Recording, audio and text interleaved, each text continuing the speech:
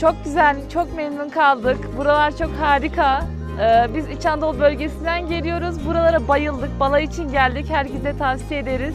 Mükemmel topraklar. Herkesin gelip görmesi gereken yerler.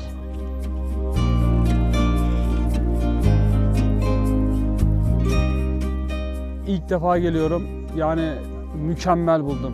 Hayal ettiğimden daha da güzel buldum. Yani şu manzaraya baksana abi. İnanılmaz bir şey. Ya ben hayatımda böyle bir şey görmedim.